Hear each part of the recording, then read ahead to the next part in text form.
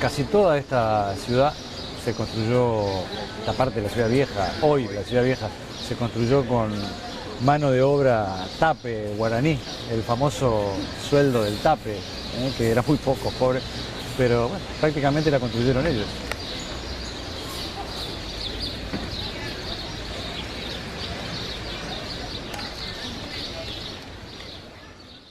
Cuando menos, aquellos guaraníes expulsados de las misiones de los jesuitas cobraron el mísero salario de albañil, suerte que no corrió para los africanos esclavos, sus obligados socios en construir la gran muralla de la ciudadela montevideana. Ella todavía nos deja, como mudos testigos de sus épocas de gloria, pocas piezas, pasarelas, cavas y cimientos de la urbanización posterior. Piedra sobre piedra, apenas elocuente de la presencia de aquellos otros humanos que, superando generosamente la decena de milenios, han estado aquí descubriendo, colonizando, habitando y transformando ambientes mucho antes de la conquista europea, construyendo también identidad. El actual sentido de diversidad en todos los planos, el reconocimiento, aceptación y respeto al otro, la otredad, como signo de culturas ni inferiores ni superiores, simplemente distintas, debería empezar por los más antes, como dicen actuales indígenas chaqueños, primos hermanos de nuestros viejos charrúas y minuanes. Entre 13 y 14.000 años se ha constatado la presencia humana en esta parte del planeta azul. Unos 13.000 años bien seguros, previos a los 500 del gran descubrimiento ibérico, lo que también se traduce a 600 generaciones de hombres y mujeres anteriores a tan solo 8 de la incursión occidental y cristiana. Si algo nos falta, son señales de esos pueblos pioneros. Están por todas partes. Para seguir con los ancestros guaraníes de la provincia jesuita, los llamados 7 pueblos orientales al este del Alto Río Uruguay, alcanza con observar su incidencia en el privilegiado departamento de Maldonado. Como casi todas las ciudades del interior de Uruguay, fundadas por indígenas, ¿no? La mayoría siempre guaraní misionero. La excepción sería Villa Soriano, que fue fundada por los chaná, que hacía miles de años que estaban ahí, es decir que eso fue un poco más cómodo, no hubo traslado. Estaban los pueblos de San Lorenzo, por ejemplo, y el pueblo de San Miguel. Cada de estos pueblos misioneros tenía además su respectiva estancia. Cada estancia elaboraba también sus rutas para venir a la banda oriental, a la vaquería del Pará, a la vaquería del mar, a llevarse los ganados para allá, para esas estancias. Entonces, habían rutas, había una por el litoral con un montón de postas, una de las primeras y que después se transformó en ciudad, fue justamente Paysandú. Y después otra que sería más o menos una ruta 5 parecida a la de hoy, y ahí venían los de los pueblos de San Lorenzo y los de San Miguel a la vaquería del mar. La vaquería del mar era prácticamente toda la zona de Maldonado, La Valleja, 33, parte de Cerro Largo.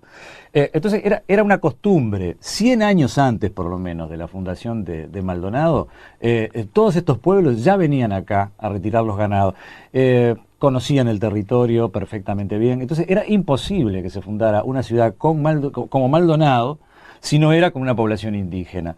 Y de ahí que las familias fundadoras de Maldonado eran procedentes de San Lorenzo y de San Miguel, ¿no? que se establecieron ahí, Agapito Paraverá, Teodoro Chacobo, Lorenzo Boipé, Casimiro Yapuay, ¿no? Estos eran los lorenzanos. Y después estaban los sanmigueleños, digamos, ¿no? Liberata Cuñamí, María Tarí, Miguel Tarí, era lo más normal, y bueno, se llevaban 150.000 cabezas de ganado, 420.000 se llevaron en un momento. Todo el auge ese de las misiones jesuitas, lo que hoy son ruinas, que tanto visita el turismo, cuando eran enormes construcciones, fabulosas, bueno, todo se hizo con la plata de los cueros y el ganado que se llevaba de acá, de la vaquería del mar. Lorenzanos y migueleños eran entonces los señores de estas tierras desde 1640. Estamos hablando de casi un siglo antes de la fundación de Montevideo, y al instalarse las familias señaladas en el actual centro de Maldonado para fundar esta ciudad, que también conserva edificaciones del tiempo colonial, se pierde en la memoria el tiempo en que sus hermanos Ñandé, Babiá y otros tupíes trazaron las picadas hacia estos lares y le pusieron nombre a cada rincón que pisaron en su recorrida, inspirada en su propia religiosidad hacia la tierra sin mal, por todo el Amazonas y desde el Atlántico hasta el pie andino. Pero en el primer Maldonado, aquel compartido con los actuales Rocha y La Valleja, llegaron a convivir todas las etnias más o menos conocidas que habitaron el hoy Uruguay. Entre 1527 y 1721, varios testimonios advierten por estas costas, actuales Solís, Playa Mansa y sierras cercanas, a numerosos chaná, charrúas y minuanes, especialmente estos últimos como su hábitat natural. De hecho, también las matrices originarias de todas las poblaciones del continente americano entero, es decir, amazónidos, arahuacos y pámpanos. Maldonado también importa porque es en sus mismas serranías que aparece por primera vez la figura del gaucho. Primigenio él, cabalgando con lanza y boleadoras a cuestas, no parece diferenciarse demasiado de un cacique minuán, mestizado, cinquillapi y emponchado. Y fundamentalmente, a escasos 50 kilómetros de la capital de Maldonado, se encuentra un extenso y riquísimo taller lítico que supera los 13.000 años de edad. Uno de los pocos a lo largo y ancho de toda América, incluidas las imponentes pirámides aztecas, mayas e incas, que son bastante más posteriores.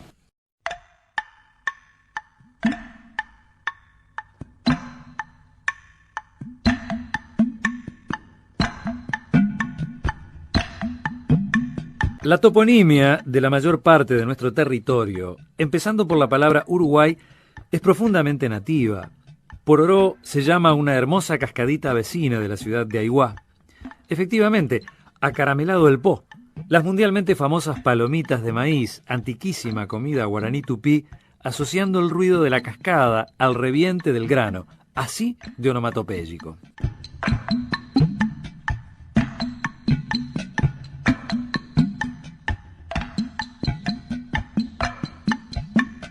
El valle de Aiguá, o agua que cae, a la manera del rocío, también del guaraní, al igual que Tupambaé, tierra de la comunidad, confunden un poco betete o beteté y carapé, que si bien pertenecen a la misma lengua, eran los nombres que tenían dos importantes caciques minuanes, residiendo en las alturas que llevan sus nombres.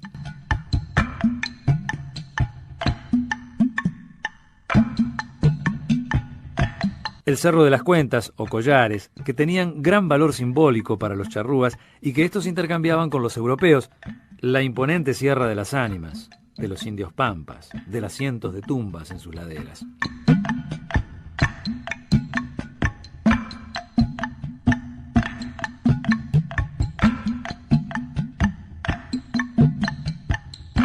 El Cerro de las Bolas, o las Boleadoras, parte del arsenal charrúa y minuán. Los dos cerros Bichadero, de Maldonado, como muchos otros en todo el país, hasta una villa riberense tiene ese nombre, y que un sargento llamado Benito Silva, conviviendo con los charrúas en 1825, definió así.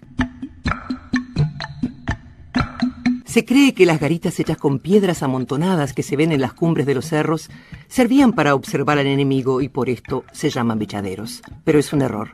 Servían para los que iban a ayunar. Sufren una vigorosa abstinencia hasta que se les aparece en su mente algún ser viviente al cual invocan. O sea que tenían un cometido religioso. El actual Solís Grande era conocido de otra manera por 1531, tal lo que anota en su diario el portugués López de Sousa. Saltó el viento del lado del mar y me hice a la vela, y casi de noche entré en el río de los Beguáes.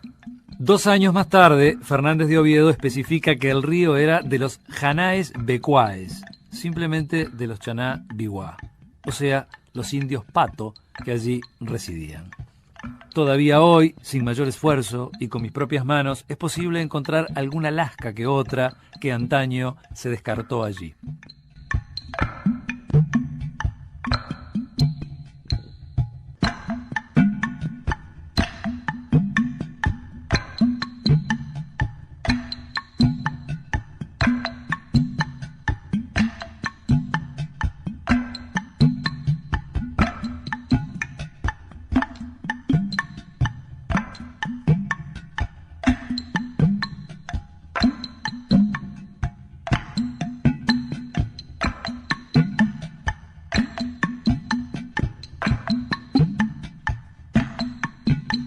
El Rincón del Indio, en plena barra de Maldonado, donde se halla también la isla de los indios, que en los mapas antiguos figura con el nombre de Cahuet, seguramente una avanzada de la tribu Taluhuet de la actual provincia de Buenos Aires, que deben haber inventado el turismo porteño.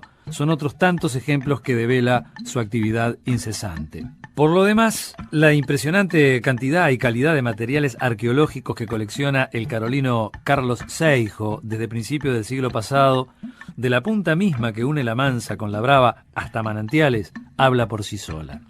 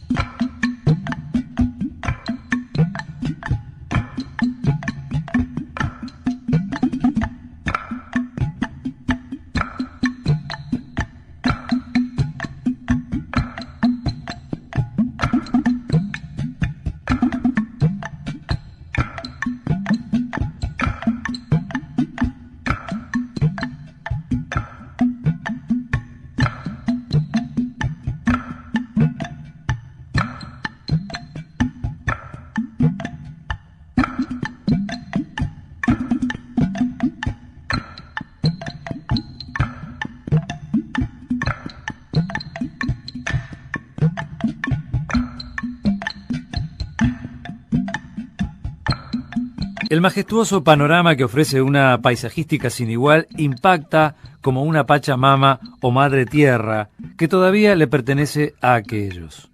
Los únicos que la transitaron por milenios y desde cerros, llanuras y ríos nos entendemos naturalmente hablando un mismo idioma. Río Tacuarembó, Cerro Batoví y Río Uruguay, hermosamente visto aquí desde la Cueva del Indio en Salto.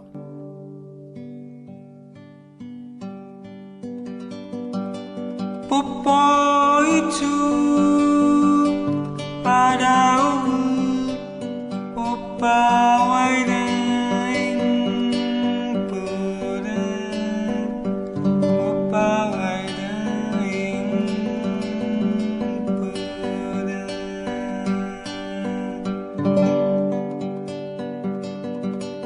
ijapo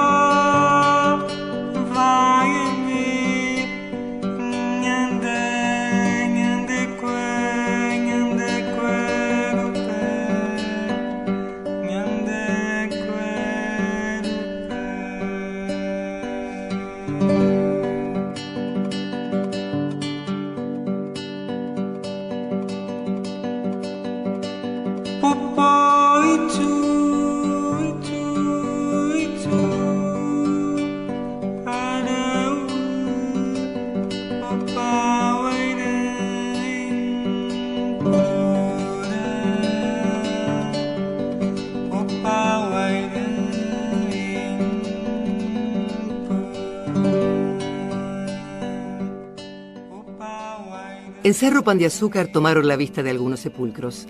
Al amanecer se hallaban en su cumbre, cavando las sepulturas de los indios. Esta crónica de la Reforma Pacífica de 1863 nos habla de construcciones pétreas exploradas por una misión científica italiana, inhallables pocos años después.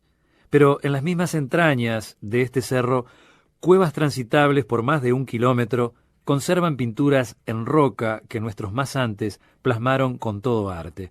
Cueva que, recién en las últimas horas, ha dejado de ser única al empezar a chequearse unas 10 más en los departamentos de Paysandú y Salto.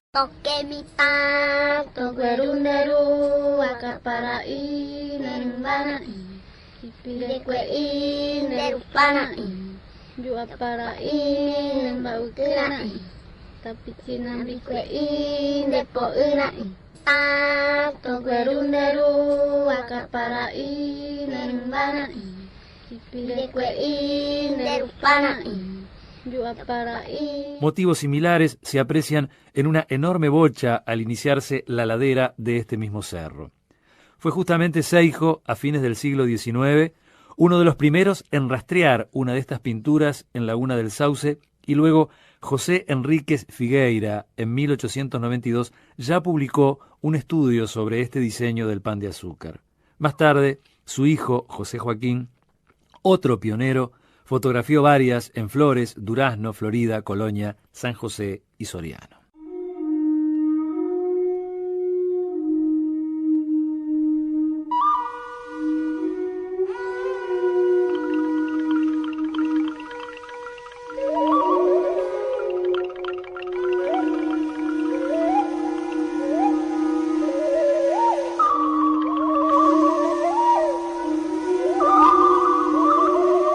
No muy lejos del Pan de Azúcar y la Laguna del Sauce, en el vecino La Valleja, entre el pueblito de Polanco y el arroyo Barriga Negra, la pintura cede su lugar al trazo tallado. Muchas de estas manifestaciones fueron ubicadas tempranamente por Antonio Tadei, como casi todo su aporte bien al norte en el departamento de Artigas.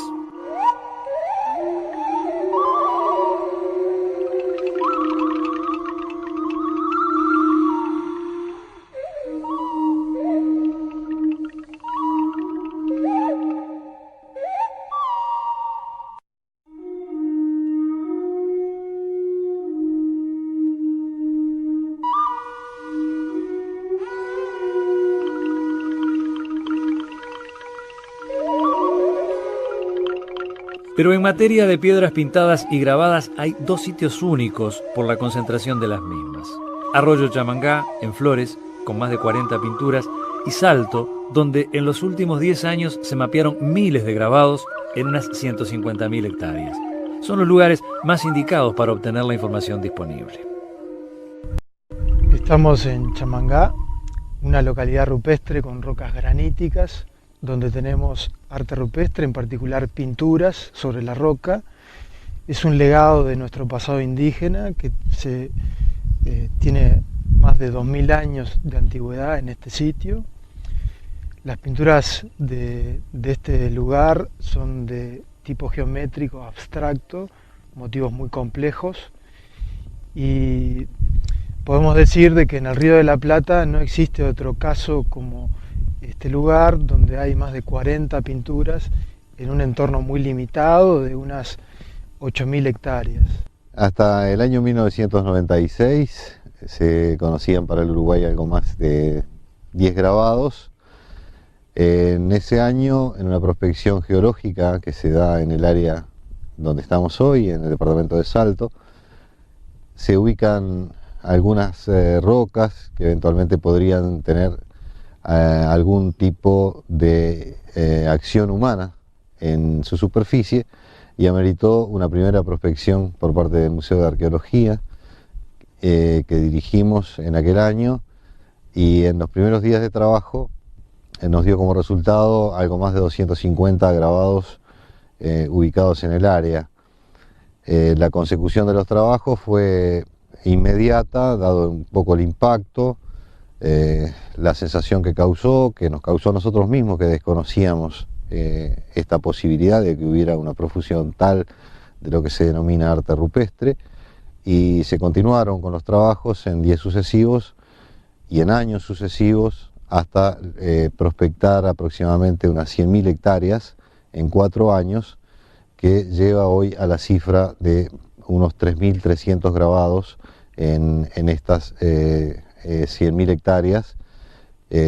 Básicamente son incisiones y raspados sobre la superficie de arenisca roja, una arenisca silicificada que es típica de la zona norte del país, y asociados o juntos a sitios arqueológicos con muchísima densidad de material, lo que eventualmente está demostrando, por otra parte, que hubo una actividad muy intensa en las áreas cercanas, por lo menos, a donde están los grabados.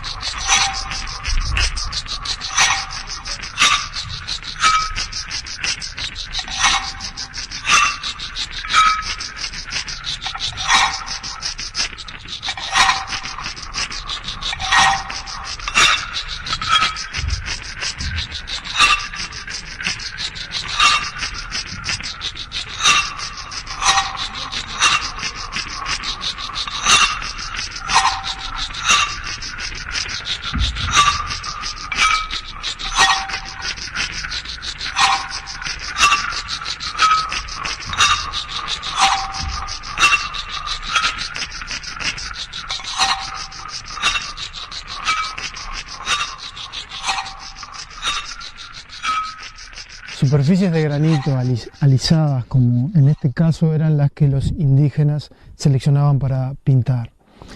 Lo hacían utilizando pigmentos naturales de ocres sobre estas superficies alisadas, y tenemos el milagro de la conservación vinculado a este tipo de roca que exuda silicatos y protege el pigmento.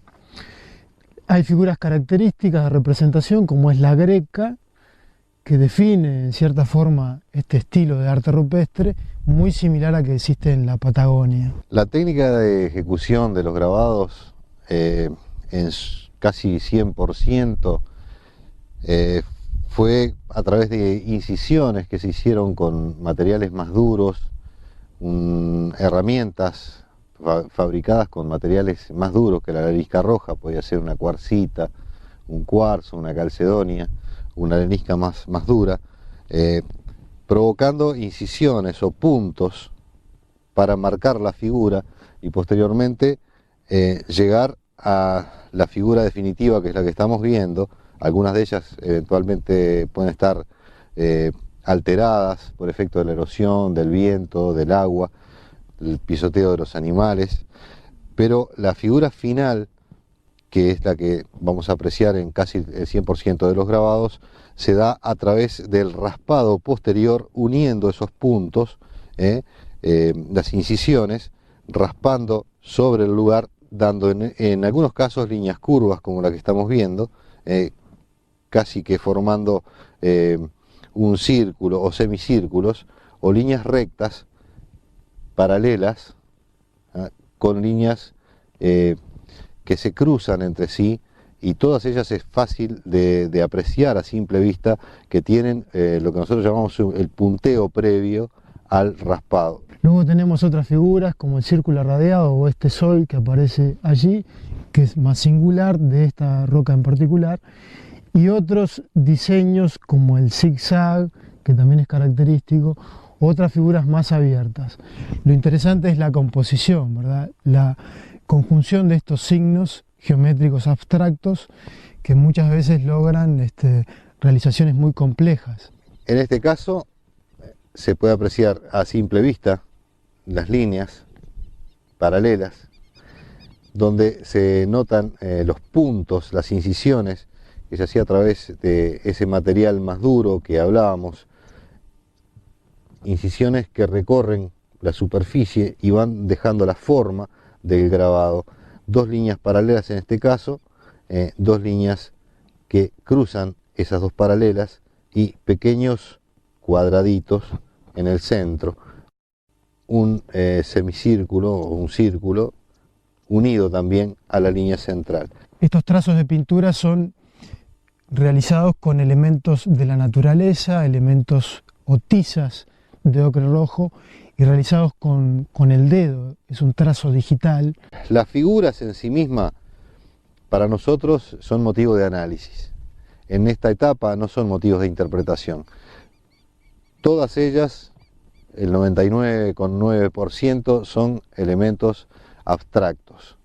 Tenían un significado sin duda para el grupo que los hizo, para el grupo que, o los integrantes del grupo que dejaron en estas rocas este tipo de arte, de lo que nosotros llamamos el arte rupestre, este tipo de símbolos, de iconografía.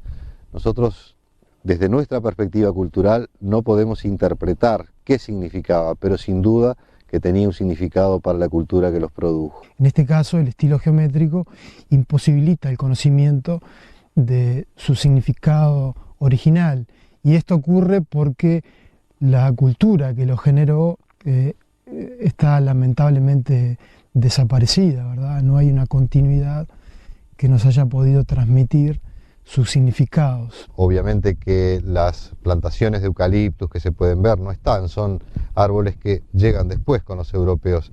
Tenemos que pensar en un paisaje diferente, con un pasto mucho más alto, una fauna tal vez diferente y una abundancia de fauna totalmente distinta a la que aparece o puede aparecer hoy en estos campos que son campos ganaderos.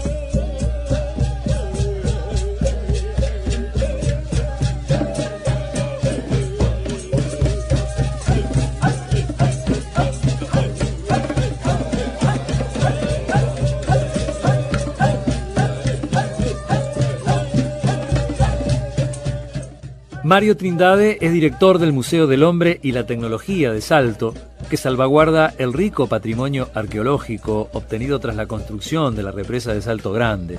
Trabaja intensamente con un equipo de antropólogos. Andrés Florines es arqueólogo y docente de la Universidad de la República, con numerosas publicaciones e investigaciones en todo el país.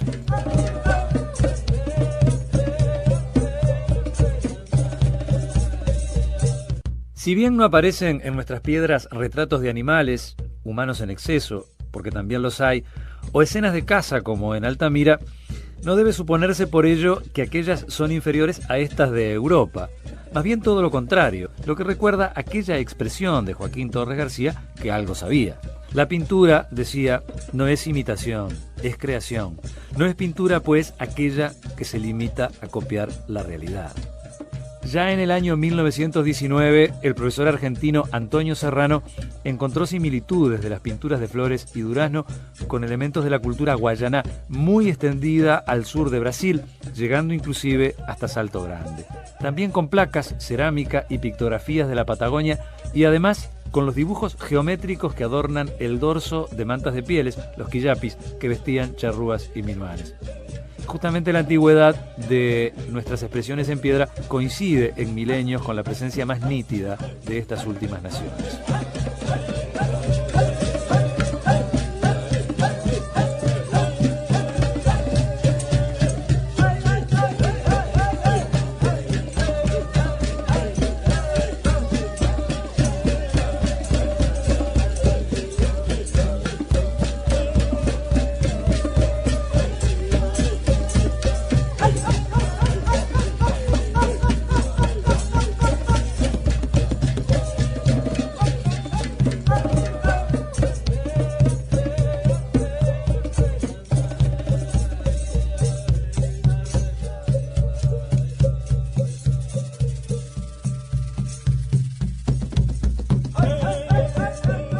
Algo más al sur del mayor agrupamiento del grabado en piedra, en el departamento de Paysandú, en un enclave cercano al río Queguay Grande y el arroyo Salsipuedes, se encuentra una verdadera joya.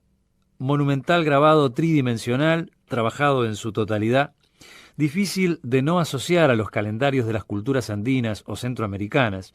En sus círculos, desde la pirámide a la base y las líneas rectas, parecen mezclarse los meses del año con las 4 estaciones, probable marcador de solsticios y equinoccios, invalorable guía para las cosechas con sus respectivos rituales religiosos.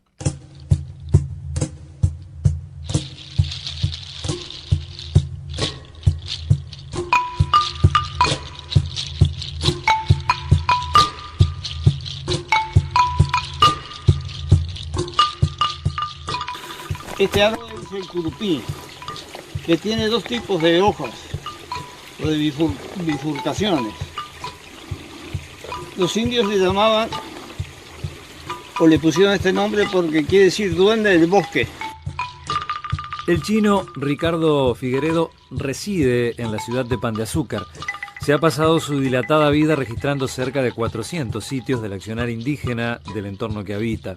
Vaquiano ineludible de antropólogos e historiadores que fueron luego a confirmar cómo agradecer sus hallazgos.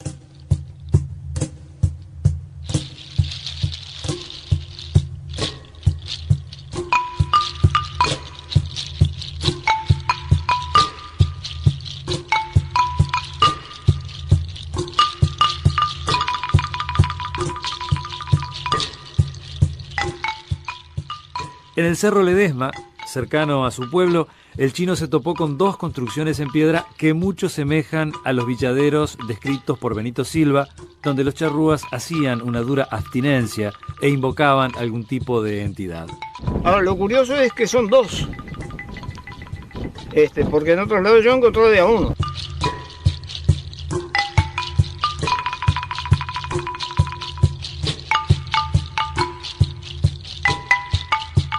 Según Figueredo, por el tamaño de estos corralitos, posiblemente fueran utilizados por niños o adolescentes recibiendo algún tipo de iniciación.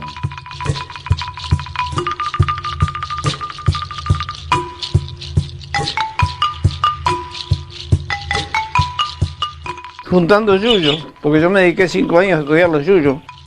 Y de repente me topé con los corralitos.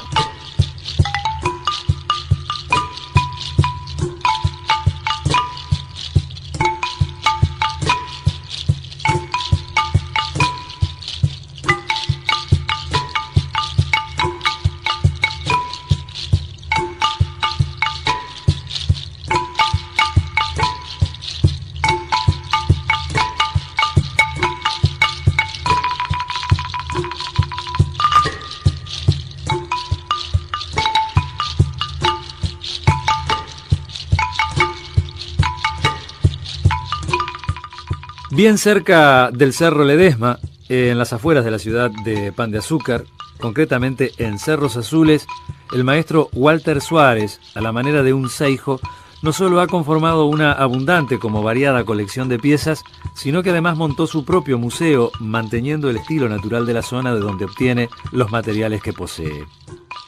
Los registros más antiguos en todo el Uruguay de presencia indígena están acá en nuestro departamento. El señor Meneguín ha hecho la datación más antigua del Uruguay y corresponde acá a nuestra zona. La cultura material de estos primeros habitantes, que se denominaban paleoindios, lo constituía las conocidas puntas cola de pescado, ¿sí? Que se llaman así por la forma. Ustedes pueden observar acá el pedúnculo con la forma de colita de pescado. Y bueno, acá tienen un muestrario.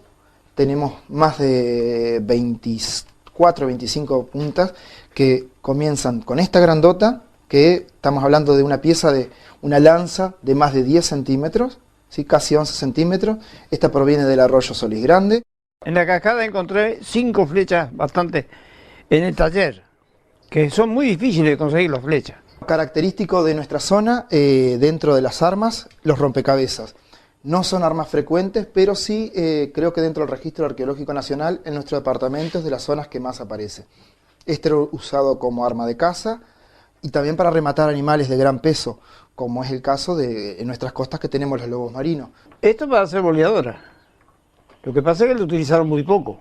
Estas aparecen sobre todo en lo que es la costa del Río de la Plata y del Océano Atlántico. Son boleadoras de gran peso, ¿sí? Que seguramente serían utilizadas como masas. Y esto pesaba mucho y lo dejaban. El hecho de que se procesara carne y pescado es importante para nuestra zona, que era un recurso muy utilizado y bueno, que aparece bien registrado en el registro arqueológico. ¿Sí? Acá tenemos, por ejemplo, un gran mortero. Una de las características de los morteros era que no se trasladaba, sino que quedaban. Nuestros indígenas tenían determinados sitios que eran logísticos a los que volvían estación tras estación. En ellos quedaban los morteros, se utilizaban año tras año y eso es lo que llevaba a que la profundización del mismo fuese cada vez mayor, llegando incluso, como en este caso, a perforarse por el uso. Ahora en Punta Colorada sí habían unos paraderos enormes que los destrozaron con las máquinas, haciendo las calles.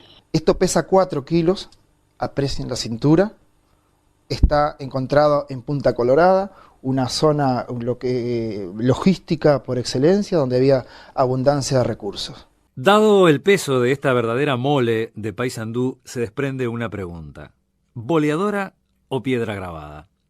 Lo mismo podría interrogarse sobre esta pequeña joyita de Cerro del Indio, en Rocha, al comparar su cúpula con la enorme campana sanducera ya expuesta.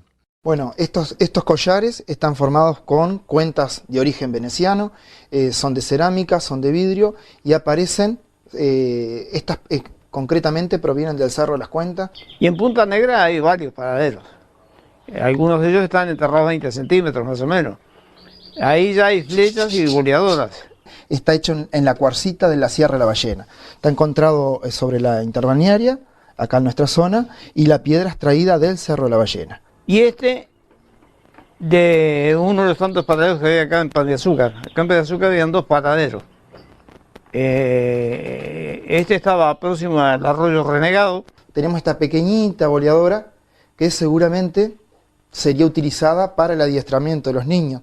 En mi mano derecha tengo una pequeñísima flecha, ¿sí? 1 centímetro y poquito, y esta boleadora. Obviamente que esto no tenía utilidad para cazar. Este ya era un indio bastante artista, porque él buscó las coincidencias para marcar un perfil. Esto puede haber sido inspirado en las estrellas de mar de nuestras costas. Esta es de acá de Maldonado, también este rompecabezas.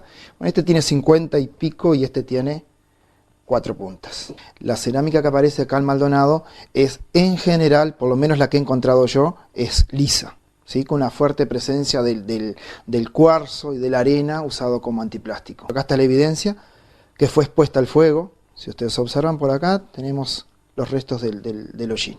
Bueno, acá tenemos una pieza que proviene de la zona de Punta del Este, está encontrada sobre la costa, ¿sí? Y tiene como característica un gran hoyuelo acá y otro hoyuelito pequeñito. Quizás acá lo que podrían haber hecho es realizar la molienda o exprimir o sacar los jugos de determinadas sustancias que podrían haber sido utilizadas, por ejemplo, con fines medicinales. La playa hermosa.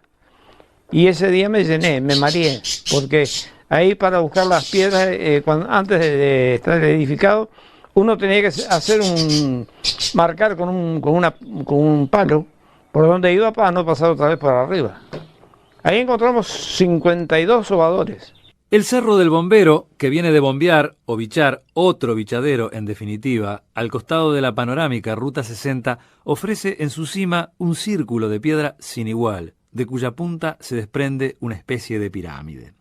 Era el primero que se conocía en Uruguay, donde el Caigna estuviera en el centro del círculo. Ahora, que el círculo era religioso, nos explicó un descendiente de indio que nos dijo que hacían petitorios con enfermedades, con lluvias, con fenómenos físicos, y que era un lugar de oración. Diferentes formas circulares de pequeños y grandes diámetros predominan en cimas y laderas de muchísimas lomas vecinas. Sin embargo, difícilmente superen la cantidad que ostenta el Cerro Charrúa en Salto, fronterizo con Tacuarembó. En realidad, la cantidad de círculos de piedra construidos por los indígenas en la punta del Cerro Charrúa es un cerro elevado, pero no tiene una punta muy empinada. Es realmente abrumador. Contamos cerca de 30 y tantos círculos de todo tipo de tamaño y es prácticamente imposible caminar por sobre, digamos, la parte más alta de este cerro sin estar pisando una de estas construcciones de los indios, ¿no?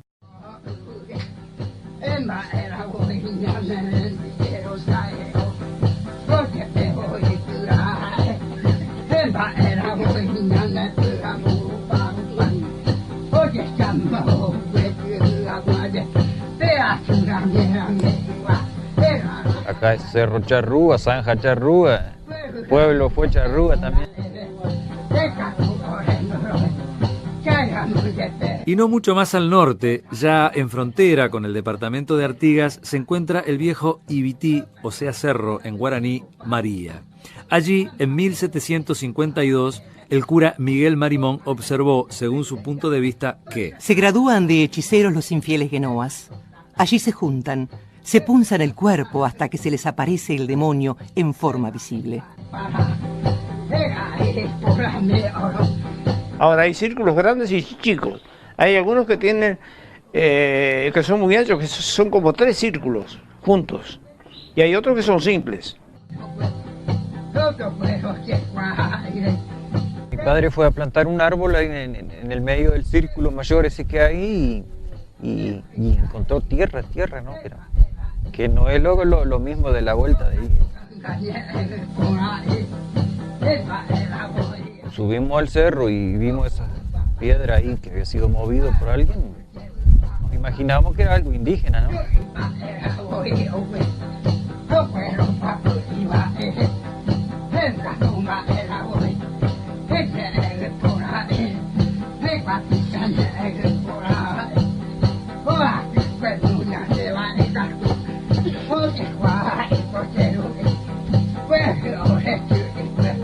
Al pie de esta verdadera catedral indígena se encuentra la localidad de Pepe Núñez, muy peculiar, con caminos que vivorean entre fuertes desniveles en los que se asientan sus viviendas. Un reciente plebiscito local le ha devuelto el nombre que tuvo hasta 1952, Pueblo Charrúa. Sus habitantes piensan que siempre estuvieron allí desde cuando fueron una antigua toldería. sus rasgos faciales no los dejan mentir.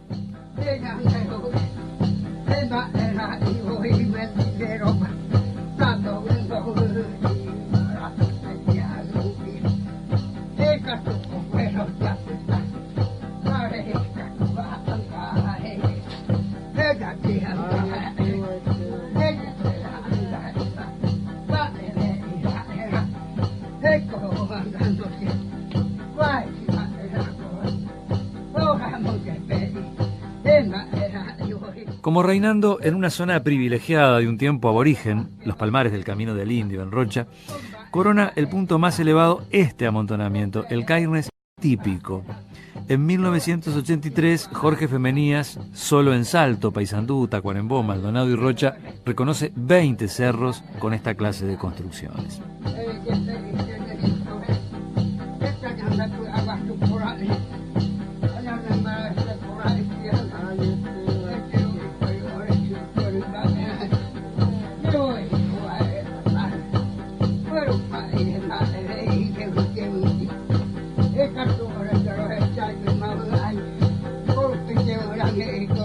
Al comparar imágenes actuales con estas apenas 4 años atrás, preocupa su rápido deterioro. Como la casi totalidad de las reliquias de nuestro pasado, se protegen solas. Salto adentro, a una centena de kilómetros donde imperan los grabados y a menos de 50 del Cerro Charrúa, cerca también de Arurunguá, otra zona cargada de representaciones indígenas, se encuentran estas extrañas formaciones conoides.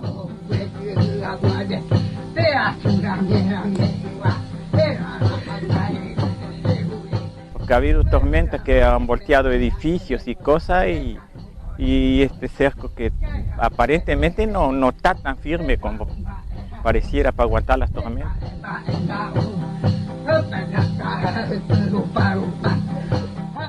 Y es una conclusión dificilísima, ¿no? Que es muy bien hecha.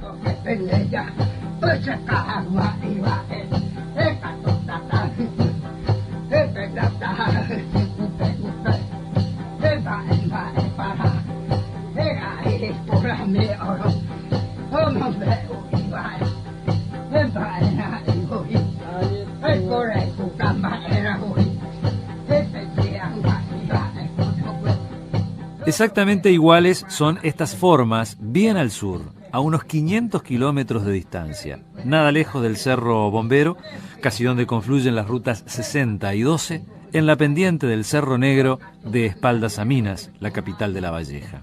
Hasta el paisaje laderoso y de suave valle se parece al de Salto, y a la hora del poniente todo invita a la meditación, quizás el cometido que tuvo para sus creadores.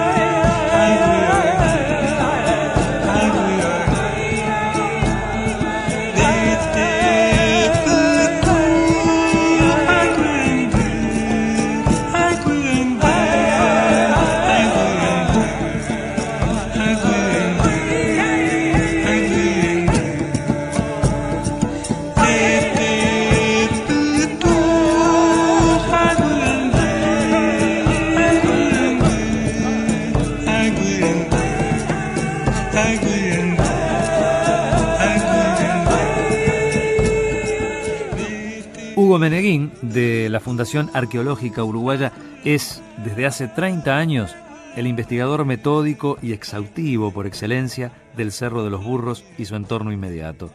ha medido la antigüedad del singular sitio en los principales centros del mundo, el caso de Beta Analytic de Miami, en Estados Unidos. Afortunadamente, en estos perfiles vírgenes todavía, se pudo ubicar 2 carbono 14, se pudo ubicar una punta pisiforme, una punta de otro tipo, varios fogones y fundamentalmente la evidencia marcada que consiste en una especie de abrigo, de estructura, de que hubiera sido una cabaña, hubiera sido un reparo, algún paraviento, o sea, las marcas del material en el piso nos sugieren este tipo de cosas. En este caso tenemos una lasca con retoques,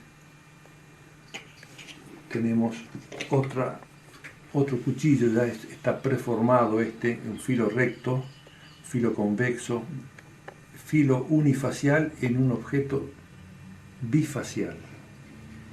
Tenemos un fragmento apical, o sea, la punta, el limbo de una punta de proyectil, nos falta la base.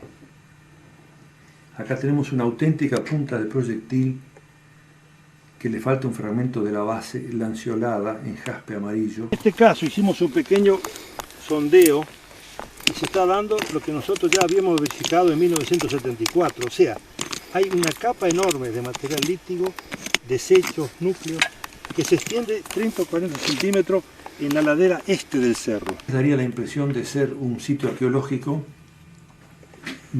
digamos, multicomponente.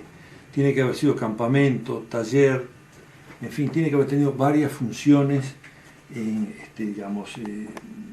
su superficie. Aquí tenemos otra lasca, plataforma, bulbo de percusión, parte ventral, esquirla parásita. Es un desprendimiento de un fragmento de roca que se produce por efectos del golpe. Y acá también tenemos retoque. Nosotros en nuestras excavaciones encontramos la gran mayoría de los artefactos fracturados, quebrados. ¿Qué pasa? Siendo un taller, quedó en el sitio, digamos, las señales y los restos de elaboración y las piezas fracturadas. Evidentemente los indígenas se llevaban la pieza que quedaba entera. Cuando se le rompía una pieza, como es este caso, que está fracturada en dos, los dos pedazos quedaban ahí. Entonces toda esta bandeja recoge, y acá tenemos un claro ejemplo, no la quise pegar esta pieza, de que se le rompió, ahí la tienes. La quise dejar así. La mayoría desechos de talla. Esto da una pauta de la gran cantidad de útiles que se elaboró acá. Aquí tenemos una pequeña lasca, sumamente delgada, desprendida seguramente de algún núcleo. Aparentemente la gente acudía al lugar en busca de materia prima. Y después, digamos, llegaban, acampaban en zonas, digamos, cómodas y subían el cerro, se proveían de materia prima y bajaban. Esa es la idea que se tiene. Por supuesto que tiene que haber habido otros incentivos para llegar a la zona, buena caza, en fin, buena pesca, lo que fuere. Tenemos suficientes datos como para afirmar que es el sitio más antiguo hoy en el Uruguay. Algo bien frío nos recorre el espinazo cuando nuestros pasos siguen las huellas de aquellos que lo hicieron por primera vez hace más de 13.500 años, los primeros humanos de todo un continente. Sumamente modesto, este cerrito que nos llega a 200 metros de altura, situado a 1,5 kilómetros de Playa Hermosa, aguarda la declaración de Patrimonio Arqueológico de la Humanidad. Cuenta con el calor de sus vecinos que lo miman como un niño, suben a su cima en cada solsticio de invierno para recibir el nuevo año, y alguna que otra noche se escuchan cantos en musicales idiomas, ceremonias a la luz de Guidaí o Sobá, la luna de charrúas y minuanes, cuando el padre primero Ñamandú, el sol de los guaraníes, baja al medio del fogón. Y aquí tenemos la punta, digamos, que jerarquiza el sitio, diríamos, si cabe el término. Es una punta pisiforme de cuarzo sumamente pequeña, encontrada en el nivel fértil. Estas puntas datadas, cuando se pueden datar, oscilan en los 10.500, 11.000, 12.000 años. El material indígena primeramente apareció acá. La punta pisiforme apareció en capa acá y a 1 metro apareció la cuadrícula que tenía el carbono 14, el primer carbono 14. Originalmente tiene que haber sido de mayores dimensiones. El uso frecuente la fueron retocando hasta quedar con el tamaño que tiene. Es muy probable que haya sido desechada por ser sumamente pequeña ya, ¿no? Prácticamente inútil para los fines que ellos hubieran deseado. Cuando estamos hablando de la base es esta, que tiene roto los dos puntos, los dos costados del pedúnculo. El limbo retocado tiene que haber sido casi el doble de tamaño en su momento. Y es acá donde aparece el material. Pequeñas esquirlas, pequeñas lascas. Se llega a un extremo posible de 14.000 años, como máxima antigüedad esperable. En este sitio se pudo ubicar 2 carbono 14, del orden de los 10.690 y 11.700 antes del presente, años radiocarbónicos. Cuando esos años radiocarbónicos se calibran, se entra en un rango temporal de 12.000 a 14.000 años. Significa que, por lo menos hoy, 2008, en el Uruguay existe la evidencia de una primitiva población, tal vez no sea la única, con una antigüedad de 12 a 14.000 años. Hay huellas de este tipo de punta en la Patagonia Argentina, en el Brasil, en el sur. En Uruguay es la zona donde más se encuentra. En la provincia de Buenos Aires y en Uruguay es donde más ejemplares se encuentran. Estas son las puntas que nos dan la pauta. Y después, por suerte, la sospecha inicial corroborada con el radiocarbono. El radiocarbono, entonces, cuando aparece una punta así, es muy probable que estemos hablando de 10.000, 11.000 años. Cuando usted tiene el carbono 14 que le reafirma. En 1991, el arqueólogo Andrés Florines relevó a fondo lo que considera un mismo sitio de gran variedad y riqueza de manifestaciones arqueológicas, acotado por el Río de la Plata, el Arroyo Solís y Sierra de las Ánimas. Esto es el Cerro de los Burros, un alisador. Los que aparecen en las costas de Maldonado son en general siempre morteros grandes, en piedras duras. Fíjese que esto, según los historiadores, puede tener una antigüedad de 12.500 años, porque está en el Cerro de los Burros, que es una de las civilizaciones más antiguas. Y se utilizaba el mortero en sí, acá depositaban la carne, las raíces, los frutos, lo que fuesen a moler, y con otra pieza, que es la llamada manito, se procedía a la molienda. En este caso la manito es una boleadora que fue retomada, se debe haber roto, y bueno, la reciclaron, la reutilizaron como mano de mortero. Este plato mortero es de Playa Hermosa. Otra utilidad de la que se habla de las piedras con hoyuelo es como en este caso, esta piedra que proviene del arroyo Solís Grande, con un hoyuelo más grande. Acá seguramente, o probablemente mejor dicho, podrían utilizarlo como encendedor para poder encender el fuego. Este quesito es de Solís, que se encuentran bastantes ahí. Sí cabe justo la drupa, el carocito, el coquito del butiá. Acá colocaban el coquito y luego con otra piedra partían y sacaban la almendra, que con la almendra podían procesarla también en los morteros. Cerca del Cerro de los Burros, que yo conozco, hay 4. Hay uno en Playa Verde, que son de distintas épocas, Uno ahí en Playa Verde, hay otro en Playa del Mar, que queda frente al Cerro de los Burros. Hay otro donde están los pescadores, que el fogón tiene una profundidad más o menos en la arena de 1,5 metros. Todavía está. Y después hay otro más hacia la punta, hacia Piriápolis, que era muy grande, ese era muy grande. Y el que era enorme, era el de Proa al Mar, donde el fogón, que ahora lo pasó una calle por arriba, tenía más o menos un diámetro de 7 metros. El arroyo Solís es impresionante, pero da la impresión de que era otra etnia. Relatos de viajantes que mencionan que en el Solís Grande encontraron los grupos de los Chanabeguaes y en esa costa vieron también redes, habla López de Sousa, de redes de las de cazar venados y de las de pesca. ¿Sí? Justamente en el arroyo Solís Grande es frecuente encontrar este tipo de pieza que es similar a la boleadora, tiene el surco más finito y si la miramos de costado tienen sección plana. ¿Sí? Estas serían utilizadas como pesas de red. Así que todo entraría dentro de la localidad arqueológica Cerro de los Burros. Meneguín finalmente nos obsequia con una piedra chata desprendida de alguna parte del Cerro de los Burros que o bien fue parte de una pintura al estilo de las observadas en Chamangá o por lo pronto el sostén donde el artista preparaba los colores. Son óxidos de hierro, hay en color rojo, hay en color amarillo, hay en color negro, ¿sí? Esto se molía, como estoy haciendo acá, con un huesito, se obtiene un polvillo, el cual se ponía en un mortero, y esto mezclado con agua, grasa, alguna sustancia de las tunas también, que actuaban como fijador, la utilizaban, como decía, para las pinturas rupestres, pero también para la decoración de los cuerpos. Pueden observar acá, ¿sí? Para los rituales se utilizaba.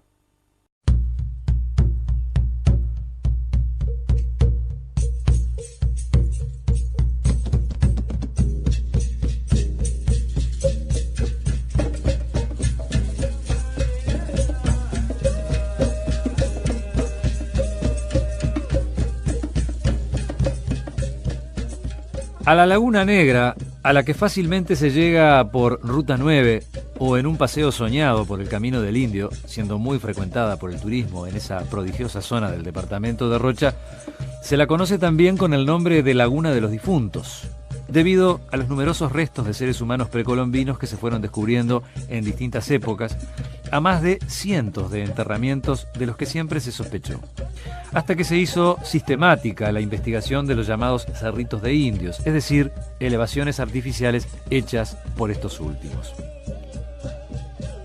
Ese trabajo lo hacían ellos, principalmente femeninos. Específicamente en la mayoría de los que me ha tocado participar en las excavaciones hemos encontrado enterramientos y eso nos ha llevado a interpretarlos como lugares fundamentalmente afectados a la funebria, independientemente que puedan haber tenido otro uso además del de la funebria, pero la relación de enterramientos y cerritos en el 99% de los casos se ha dado de esa manera.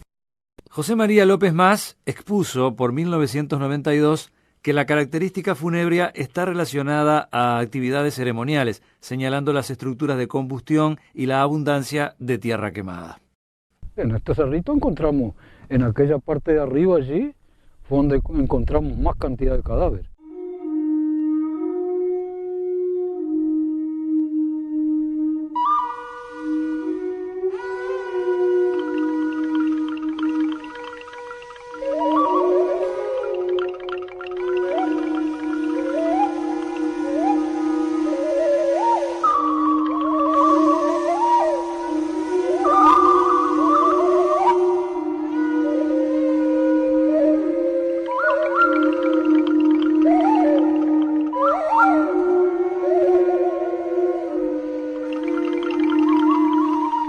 Y los cerritos de indio, por ejemplo, no tienen nada que ver con los enterramientos locales.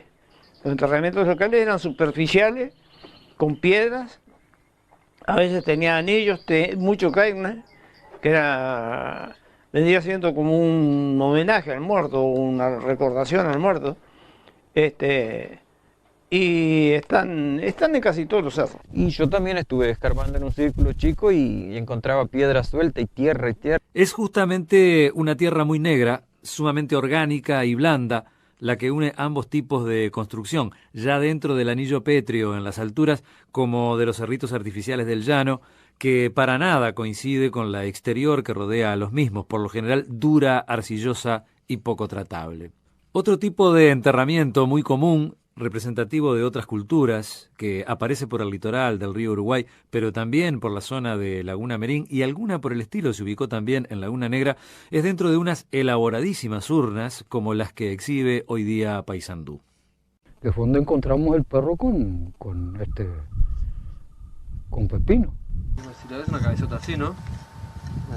Tipo un criollo cimarrón. Es como un cimarrón.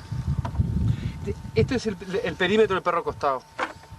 Bueno, esto es un cráneo de un cani familiares que fue encontrado en el potrerillo de Santa Teresa, enterrado junto con una mujer. Es una de las cosas nuevas que hemos aprendido de nuestra prehistoria, es decir, que los perros no vinieron con los conquistadores, tiene una fecha o está asociado a una fecha de cerca de 2600 años antes del presente. Es uno de los 3 ejemplares que tenemos que representan un capital científico muy importante. Evidentemente que fue un animal que prestó mucho servicio a las actividades de caza, pero también es un animal que aparece asociado en las tumbas. Eso podemos inferir de allí algo el vínculo con las personas que están enterradas y también potencialmente la expectativa de un valor simbólico que tuviera este animal, ¿no? Trabajar todo el día, escarbar. Donde encontraba un esqueleto, un hueso, ahí se lo dejaba a Femenía o al otro que lo fuera a sacar, fuera Braco, fuera Lionel o fuera el que fuera, y seguíamos escarbando donde no había nada. Entonces tenía que zarandear la tierra. Además de esqueletos humanos, se encontraron tierra quemada, cenizas, carbón vegetal, material lítico de talla, cerámica fragmentada, huesos de animales quemados, moluscos y escamas de pescado. Entonces lo primero fue un gran relevamiento para reconocer en un área de unos 5.700 kilómetros cuadrados de tierra inundable la expresión y las modalidades en cada una de las zonas de esta cultura prehistórica de los constructores de cerritos. Recorrimos la Laguna Negra, los bañados del norte de la Laguna Merín y empezamos a trabajar por San Miguel. En la Sierra de San Miguel, contra el arroyo de San Miguel, fueron excavados por nosotros los primeros cerritos de indios de la época moderna. José María López Mas, Pepino para los íntimos, catedrático de nuestra universidad, postdoctorado en ciencias antropológicas en España, Francia y Estados Unidos, es el mayor especialista en constructores de cerritos. Los cerritos que excavamos con nuestros colegas, con Cabrera, Braco, Femenías, Martínez, Curbelo, todo ese grupo que nos tocó excavar cerritos que había enterramientos humanos. Entonces, por un lado científico era importante porque el enterramiento, el cuerpo humano es documento de la historia de vida, es documento del tipo de sociedad, de los sistemas políticos, porque los muertos no se entierran solos, los entierra una sociedad. También un poco de pudor el hecho de excavar un muerto, que en realidad rápidamente un arqueólogo se habitúa, pero también en un contexto americano donde también tenemos que respetar las sociedades precolombinas que tienen, que están vivas. Es decir, hay un respeto muy grande también en los códigos de ética de los arqueólogos de no excavar cementerios de pueblos indígenas vivos. Si bien el esqueleto humano es un documento invalorable para el estudio, es decir, acá hay un paralelismo muy grande. Si bien hay que respetarlos, los muertos, como pedimos nosotros que nos respeten nuestros muertos, también es verdad que es insustituible un cuerpo humano como reflejo, como testimonio de una sociedad o una historia. Es decir, hasta el estudio de los desaparecidos. Un esqueleto con los huesos rotos por la tortura es insustituible para establecer un hecho científico. De la misma manera, el estudio de una tumba a un cacique nos permite la alternativa a construir esta historia no de manera especulativa, sino con un documento invalorable. Y eso fue lo que nos pasó. Los primeros cerritos que excavamos eran cementerios, al punto que nosotros pensamos que todos eran cementerios. Después que uno escarbaba cerca de 80 centímetros, empezaba a encontrar ahí unos más arriba, otros más abajo, hasta llegar a 3 metros en este cerro, que fue el último que encontramos. Nuevos egresados como José Iriarte han excavado cerritos también en la zona de Los Ajos. Y hasta el día de hoy la muestra de cerritos excavados, es decir, investigados y de los cuales se ha extraído información confiable, son alrededor de 20 y tantos, entre 20 y 30 cerritos. La prestigiosa revista británica Nature dio cuenta hace 4 años de una investigación del arqueólogo uruguayo José Iriarte. Se indica allí: según análisis realizados en granos de almidón, en la zona de Los Ajos, departamento de Rocha, existía hace unos 4.800 años una compleja sociedad agrícola. Presenta rastros de hogares organizados alrededor de una plaza central con instalaciones separadas para preparar alimentos y fabricar utensilios. Son 2 hectáreas, integradas por 6 cerritos de cima plana de 2 metros de altura, dispuestos en forma de herradura, y otros 2 montículos en forma de cúpula que cierran la plaza en forma elíptica.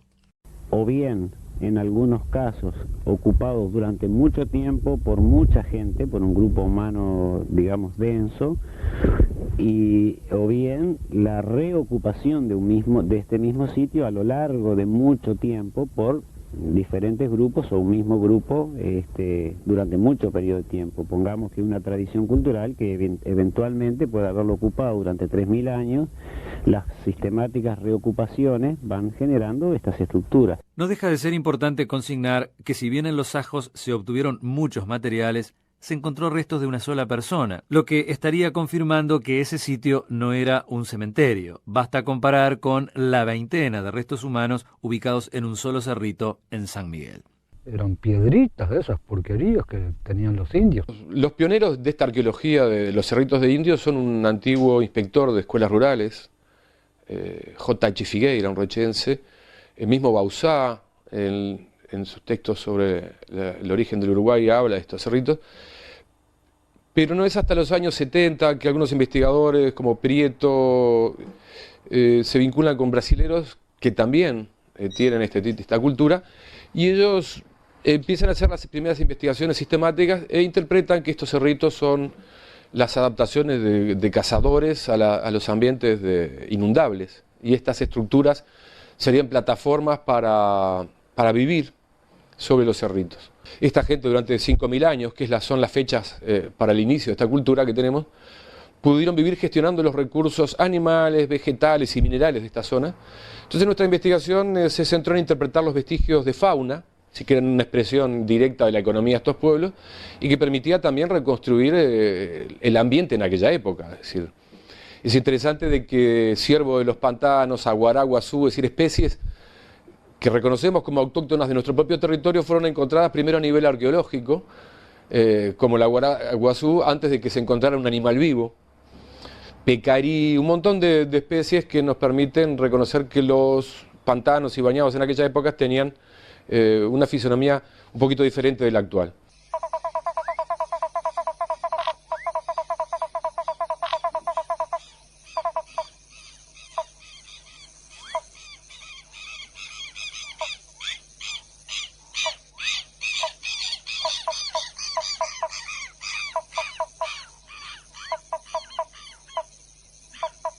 El estudio de paleobotánica está dando a luz información válida sobre domesticación de plantas, algo que es novedoso, muy vinculado también a la cerámica, porque las plantas domesticadas precisan ser procesadas, entonces por eso es que la tecnología de la cerámica es un complemento de la domesticación de plantas. Están los 3 cultivos clásicos americanos, que son el maíz, la calabaza y los porotos, con edades más antiguas, ¿no? Siempre se dijo que eran los guaraníes, pero en realidad yo creo que las fechas de estos cultivos son alrededor de 3000 años antes del presente, hasta 3500 años. Hay boniato, recientemente se han encontrado granos de almidón de boniato. Hay otros cultivos que, bueno, la palabra domesticación, que en el sentido estricto habla de una alteración genética de estas especies, orientada a la alteración hacia un rendimiento mejor en términos económicos, pero hay especies que no podemos decir que son domesticadas, algunos tubérculos y las propias palmeras, ¿no? Que han sido usadas. Tenemos testimonios del uso del fruto de la palmera de la Butia capitata de más de 9000 años. Lo cual nos hace replantear una vieja interrogante.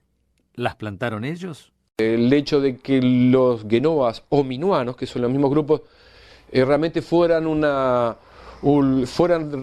lo más representativo de las sociedades que encuentran los españoles acá, mientras que los charrúas serían una de las varias parcialidades que acompaña esta gran familia lingüística guenoa, y que, bueno, por objeto también de un gran mito, como el mito de Charrúa, opacó a los guenoas minuanos. Y otra cosa es que estos guenoas minuanos aparentemente serían los descendientes de los constructores de cerritos. En los resultados de los estudios del ADN del cacique charrúa Baimaca Perú, repatriado de París en el año 2002, la doctora Mónica Sanz, profesora en antropología biológica, establece: los análisis muestran similitudes con los habitantes prehistóricos de los cerritos del este de Uruguay y no se observan características morfológicas que evidencien mezcla con guaraníes. Agregó, finalizando el 2004. Baimaca está emparentado étnicamente con indios pampeanos, patagones y del sur de Brasil, existiendo estas mismas mutaciones actualmente en un habitante de Melo. Hay una continuidad pasando por distintas etapas de más de 1000 años hasta 3000 años entre habitantes prehistóricos, históricos y modernos. Creo que da un buen pie para empezar a forjar nuestra identidad con otras bases. Los charrúas son parte de esa continuidad. Y bueno, y podemos decir que hay cerritos que son realmente restos de casas, de campamentos, otros han sido usados de manera muy intensa como cementerios, y hasta hay otros que no han sido casas ni son cementerios y que podrían caer dentro de una aplicación un poco hipotética por el momento de plataformas, de alguna modo, plataformas de tipo ceremonial.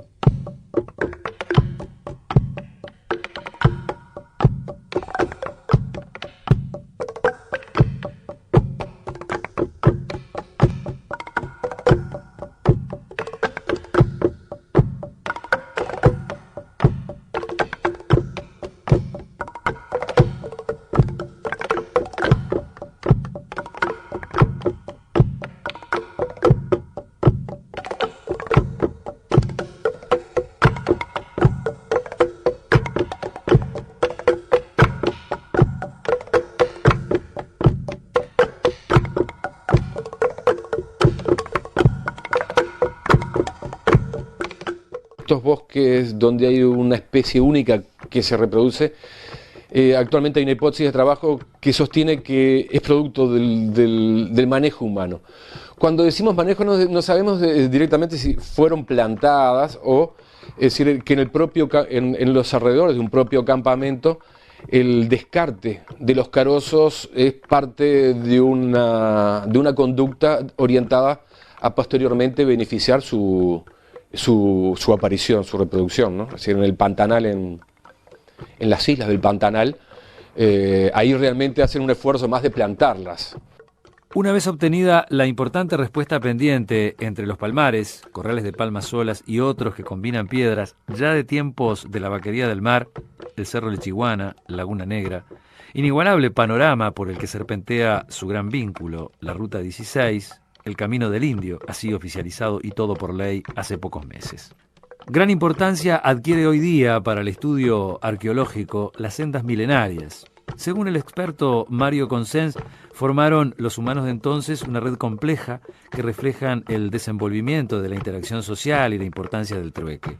Este aspecto relativiza, por otra parte, el que el nomadismo sea un signo de sociedades involucionadas con respecto al sedentarismo, concepción más bien urbanista. Convendría, por lo tanto, continuar el camino del indio más allá de la Ruta 14, tramo que disfrutamos hoy. Abrió una diagonal desde Maldonado, y parte de Canelones hasta Salto, donde fue habitada por charrúas y minuanes. Pudimos ver en las bandas de las fotografías aéreas laterales que esa marca continuaba y se extendía por más de 70 kilómetros, cruzaba el Queguay y luego cruzaba la Ruta 5. Posteriormente pudimos también comprobar la existencia de la continuación de esta traza al sur del Río Negro, al norte de la localidad de La Paloma. Precisamente esta traza que venimos explorando coincide exactamente con esa dirección. Si nos las prolongamos sobre un mapa hacia el sureste, el camino continúa hasta Rocha y seguramente coincide en el tramo final con lo que hoy es Ruta 14. Es visible, claramente visible en un sobrevuelo en avión, es visible en las fotografías aéreas, es visible en la fotografía satélite, pero además caminando sobre el terreno uno ve que en numerosos tramos muestra un desgaste muy marcado. Pudimos comprobarlo con el taladro de suelos, que lo uso en mi profesión de estudioso de suelos. Pudimos comprobar que la superficie, el espesor del suelo sobre el camino es de 2 o 3 centímetros, mientras que fuera del camino la profundidad del suelo es de 10 a 15 centímetros. Por lo tanto, sobre el camino falta un espesor de suelo considerable, producto de la erosión seguramente provocada por el tránsito de las huestes indígenas. Hacia el noroeste estaría cruzando el río Uruguay por el paso del Hervidero. Y si lo prolongamos, hacemos una extensión de ese camino sobre un mapa de América del Sur, vemos que va a dar al norte argentino, empalmando con la red vial incaica. Este trayecto en desuso, desde que sus forjadores no lo transitaron más, en Paysandú, a la altura de Morató, hasta el río Queguaychico y cercano a Ruta 4, retomando su visibilidad próximo a Paso del Sauce en el Queguay Grande, conduce al arroyo Salsipuedes. El 11 de abril de 1831, el primer presidente de la Novel República del Uruguay, Fructuoso Rivera, cita a sus viejos amigos, líderes charrúas, casi todos lugartenientes suyos, y también de José Gervasio Artigas, por entonces asilado en Paraguay, y por lo tanto verdaderos héroes de la independencia. Los invita a una nueva guerra contra Brasil. Pero todo es un engaño, ni siquiera una emboscada. Una vez desarmados y en descanso, los masacra con ferocidad tanto a guerreros como a sus familias. Deja con vida algunos caciques para pavonearse de la victoria en Montevideo y varias mujercitas y niños rápidamente esclavizados, bautizados con nombres castellanos y prohibiéndoles el uso de idioma y costumbres propias. Lo que se sabe, un genocidio al que se suma el etnocidio. Uno de los caídos, trasladado luego contra su voluntad a Francia, por años malherido y enfermo, Baimaca Perú, nombre que hoy lleva la escuelita de Tiatucura en Salsipuedes, es visto así por los antropólogos locales que lo trataron. Él no pierde jamás su dignidad de hombre. La política es prácticamente lo único que le provoca algún signo de vida. Su cerebro nutre los pensamientos más elevados. A través de la severidad de sus rasgos, se ve que tiene impreso un aire de bondad. Se ocupaba sin cesar de sus niños. En fin, un ilustre cautivo. Como cualquier alma humana, el sentimiento moral, el religioso, la libertad y la razón existe entre los charrúas. Son extremadamente agradables. Estos charrúas son verdaderos hombres. Sentimiento que impera hoy por hoy en la casi unanimidad de los uruguayos que vuelven a Salsipuedes a homenajear a los caídos y acompañar a los descendientes de todas las etnias. Nos encontramos al pie del memorial Betún Artazán Baquiú, que significa 8 y 9 en lengua charrúa, inspirados en las cartas de Laureano Tacoabé, la sota que representaba a la mujer y el caballero al hombre, entrecruzados.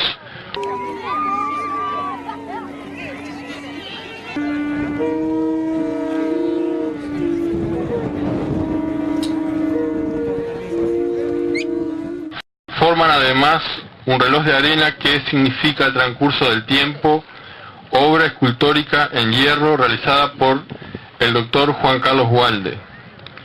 Agrupación Creativos desde hace 7 años promueve estos actos de recordación y recuperación de la memoria histórica. Este hecho en particular hemos tratado de involucrar a todos los sectores sociales, partidos políticos y organizaciones públicas y privadas. Vascuadín Chalá, levántate, hermano. La investigación muestra información que contrasta con lo que es la visión clásica impartida en los textos de estudios primarios y secundarios sobre estas poblaciones prehistóricas. Es verdad que los habitantes prehistóricos de Uruguay fueran primitivos, un término que los antropólogos usamos entre comillas, es parte más de un montón de estereotipos que están en la fundación de esta nación, de mitos de esta nación, ¿no? Como que somos un país levemente ondulado, en realidad sí, la mitad del territorio es inundable, como que los indios eran primitivos, y son todos estereotipos de la construcción de este país que, bueno, que estaban un poco al servicio de la gente que lo fabricó.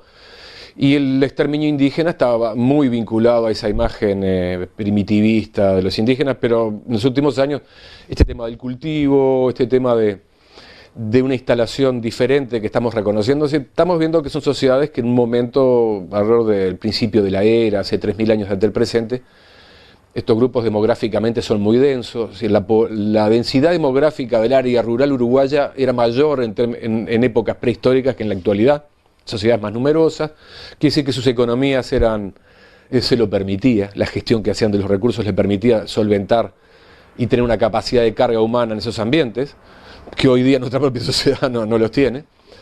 Y los sistemas políticos eran esos sistemas políticos más complejos, es decir, los cacicazgos, las jefaturas, no eran del orden de esa imagen estereotipada que nos han enseñado en la escuela. Es decir, eran sociedades mucho más complejas. Es decir, uno ve la paz minuana que se hace en el Cabildo de Montevideo, que es ella, y yo creo que es el principio, debería ser el principio del texto del origen de este país, muestra un conjunto de caciques federados que vienen a hacer la paz con el Cabildo montevideano. Es decir, hay una federación de caciques, hay ligas, hay sistemas políticos más complejos que son el objeto de nuestros estudios actuales, pero evidentemente se despega mucho de esa imagen primitivista que el Estado uruguayo sustentó para exterminarlos en 1833 porque atentaban contra la ganadería extensiva. Yo deseo que los indios en sus pueblos se gobiernen por sí para que cuiden de sus intereses como nosotros de los nuestros. Así experimentarán la felicidad práctica y saldrán de aquel estado de aniquilamiento a que los sujeta la desgracia. Recordemos que ellos tienen el principal derecho y que sería una degradación vergonzosa para nosotros mantenerlos en aquella exclusión. Acordémonos de su carácter noble y generoso. José Gervasio Artigas, protector de los pueblos libres, 3 de mayo de 1815.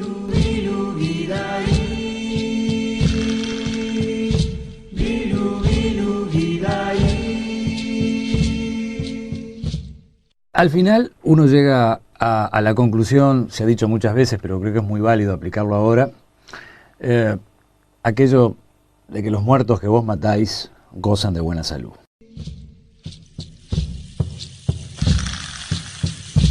Pascuale, Pascuale, Inchalá.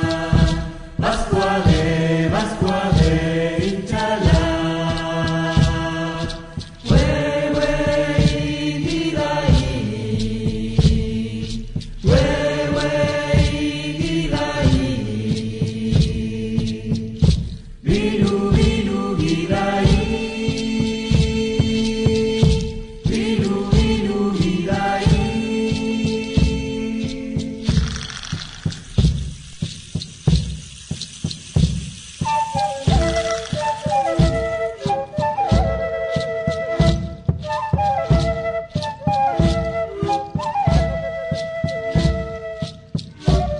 Sigo investigando. Lamentablemente ahora estoy operado de la cadera y no puedo caminar mucho, pero ustedes vieron que hoy caminé.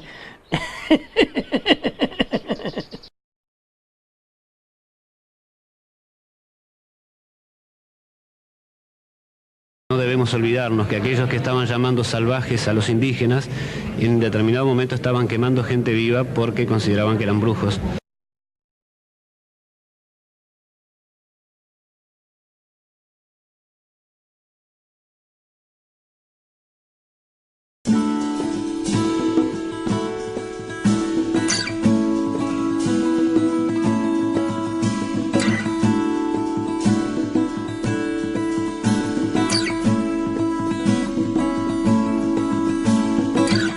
Casi todo, casi nada, casi alma, casi mi conciencia se despide de esta historia, la aventura de esperar lo que te espera, esta tregua sin manera que pervierte el sentimiento más profundo. Casi el miedo que se agota en cada gota de rocío que te moja la mirada, que te ve y no sé nada, qué esperanza la que tiene verde opaco que acumula años de descubrimiento. Encuéntrate dentro de ti.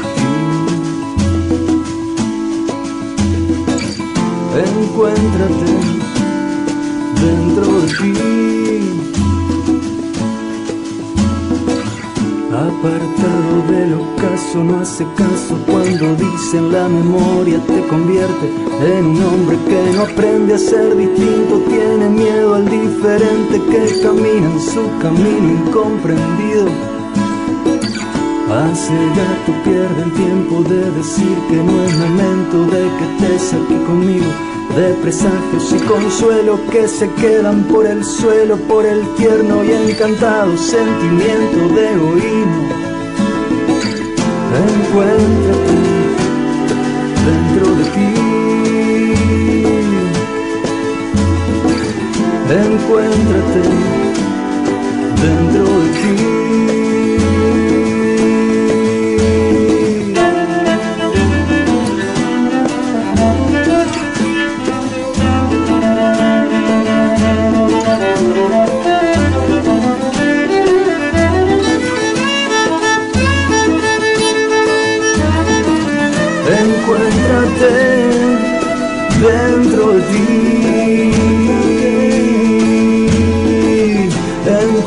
encuéntrate dentro de ti. Encuéntrate, encuéntrate, encuéntrate, encuéntrate, encuéntrate dentro de ti.